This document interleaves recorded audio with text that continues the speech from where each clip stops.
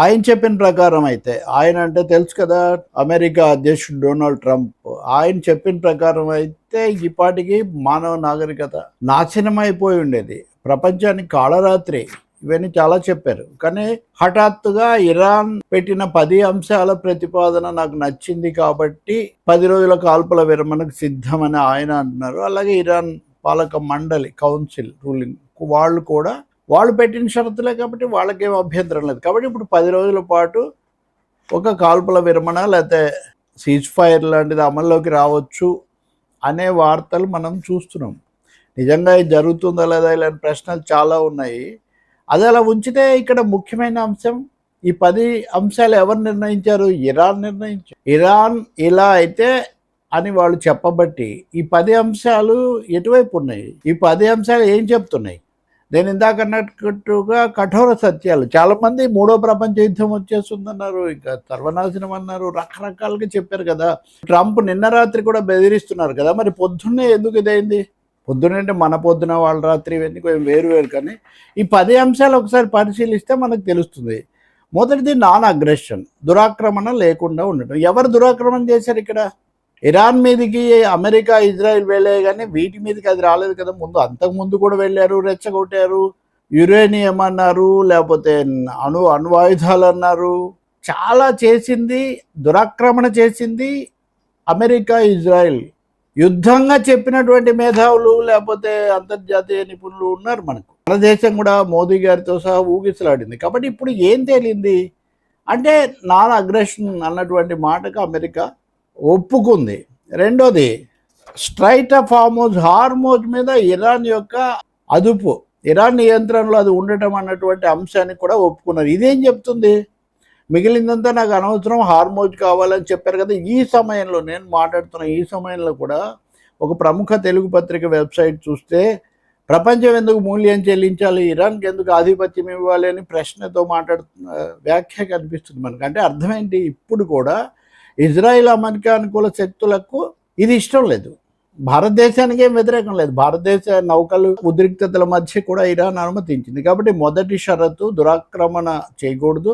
రెండో షరతు హార్మోజ్ మీద ఇరాన్ యొక్క అదుపును, నియంత్రణను ఒప్పుకోవాలి. అలాగే మూడోది, యురేనియం శుద్ధి చేసుకోవడానికి ఇరాన్కు ఉన్నటువంటి హక్కును అంగీకరించాలి. మీరు గుర్తుపెట్టుకోండి, ఏ అంశాల మీద బయలుదేరారు, ఇరాన్ హక్కును అంగీకరించాలి. మూడోది, అన్ని ప్రాథమికమైన ఆంక్షలు, ప్రైమరీ శాంక్షన్స్ ఎత్తివేయాలి. ఇవన్నీ పెట్టింది ఎవరు? ఇప్పటికీ క్యూబా మీద కొనసాగిస్తున్నారు. కాబట్టి ప్రైమరీ శాంక్షన్స్, ప్రాథమిక మౌలిక ఆంక్షలు ఎత్తివేయాలి ఈ అంశం మీద. తర్వాత లిఫ్టింగ్ ఆల్ సెకండరీ శాంక్షన్స్, మలి దశలో పెట్టిన ఆంక్షలు కూడా ఎత్తివేయాలి. ఇవన్నీ కూడా ఏ దిశలో ఉన్నాయంటే అమెరికా ఇజ్రాయెల్ యొక్క దురహంకారాన్ని, ఆధిపత్యాన్ని, దురాక్రమణను ప్రశ్నించే, నిలవేయాలనే విధంగా ఇరాన్ పెట్టిన షరతులు న్యాయమైనవి ఇవి. అలాగే భద్రతా మండలిలో తీర్మానాలు ఆమోదింప చేసుకున్నారు. వాటి అన్నింటినీ నిలిపివేయాలి అన్నది 6వ అంశం. ఆ తర్వాత అంతర్జాతీయ అణుశక్తి సంస్థ IAEA, international energy of atomic energy, దాని యొక్క తీర్మానాలు కూడా నిలిపేయాలి. అవన్నీ అమెరికా కూటమి చెప్పినట్టు ఉంటాయి. ఇరాన్ను దిగ్బంధం చేయడానికి ఉద్దేశించిన అవన్నీ నిలిపేయాలి.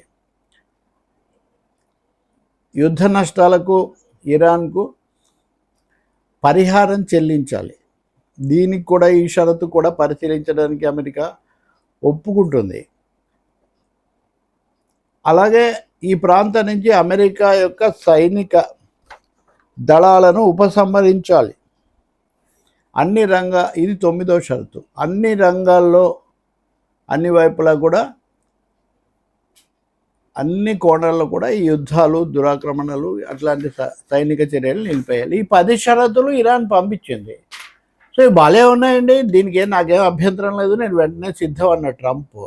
అంటే సర్వనాశనం చేస్తాను రాత్రికి రాత్రి అని చెప్పిన పెద్ద మనిషికి ఈ పాటికి ఆయన నిజ స్వరూపం అందరికీ తెలిసిపోయింది కదా. కాబట్టి చాలా స్పష్టంగా ఇరాన్ 35 రోజుల తర్వాత తన మాట గట్టిగా నిలబెట్టుకుంది. అవన్నీ కూడా కొంతమంది చెప్తున్నట్టుగా ఇరాన్ పై చేసి సాధించడం లేక ఇరాన్ మీద దాన్ని లొంగ తీసుకొని తమదేదో చేయాలనుకున్నటువంటి అమెరికా ఇజ్రాయెల్కు శృంగభంగం జరిగి వాళ్ళు చేశారు. అయితే ఇది అమలు అవుతుందా లేదా ఇలాంటి ప్రశ్నలు చాలా ఉన్నాయి.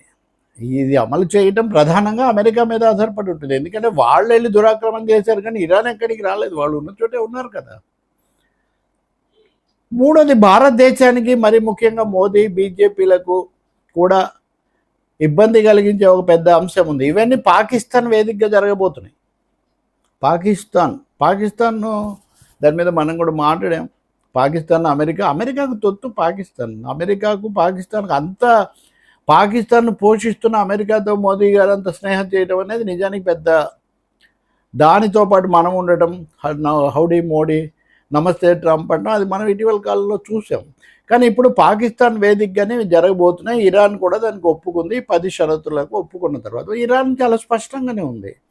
హార్మోజులో వాళ్ళు మినహాయింపు ఇచ్చిన 5 దేశాల్లో పాకిస్తాన్ కూడా ఉంది. కాబట్టి స్పష్టంగా పాకిస్తాన్ యొక్క మధ్యవర్తిత్వాన్ని అమెరికా, ఇరాన్ కూడా అంగీకరించాయి.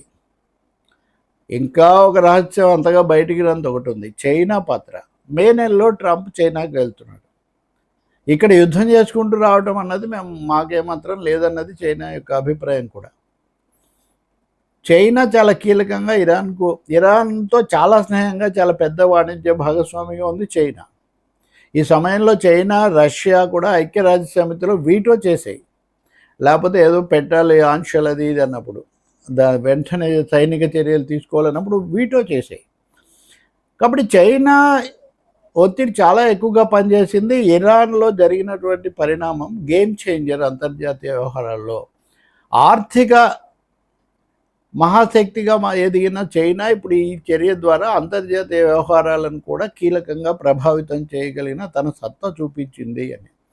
ఇప్పుడు భారతదేశం లేదా మోదీ కోణంలో చూస్తే అటు పాకిస్తాన్ అయినా ఇటు చైనా అయినా వీళ్ళకేమీ మింగుడు పడేది కాదు. కానీ ట్రంప్తో పాటు వెళ్ళిన ప్రభావం ఇది. రష్యా చాలా గట్టిగానే ఉంది. కానీ ఇంత చేసినా కానీ ఇలాగే నిజంగా అమలు జరుగుతుందా? గాజాలో ఎన్నిసార్లు ప్రకటించారు, ఎన్నిసార్లు ఉల్లంఘించారు, ఇలాంటి సందేహాలు ప్రపంచ ప్రజలకు ఉన్నాయి. కానీ ఇరాన్లో వాళ్ళకి ఆ శక్తి లేదు. గాజా అంటే చిన్నది, దాన్ని జాతి హత్యాకాండ అక్కడ సాగిస్తున్నారు. అక్కడ ఇజ్రాయేల్కు పెద్దగా స్థానిక ప్రతిఘటన తప్ప ఎవ్వరూ దానికి తోడుగా నిలవలేదు పాలస్తీనియన్లకు. కానీ ఇరాన్ పరిస్థితి అది కాదు. ఇరాన్ నిలవేసింది, ఎదురుదాడి చేసింది. కాబట్టి గాజాలలోగా ఇరాన్లో జరుగుతుందని మనం చెప్పలేం. కానీ ఇజ్రాయిల్ కావాలని దీన్ని భగ్నపరిచే ఒక పెద్ద అవకాశం మాత్రం ఉంది. ఎందుకంటే ఇజ్రాయిల్ ఇందులో సైలెంట్ కదా, అమెరికానే ఇవన్నీ మాట్లాడుతుంది.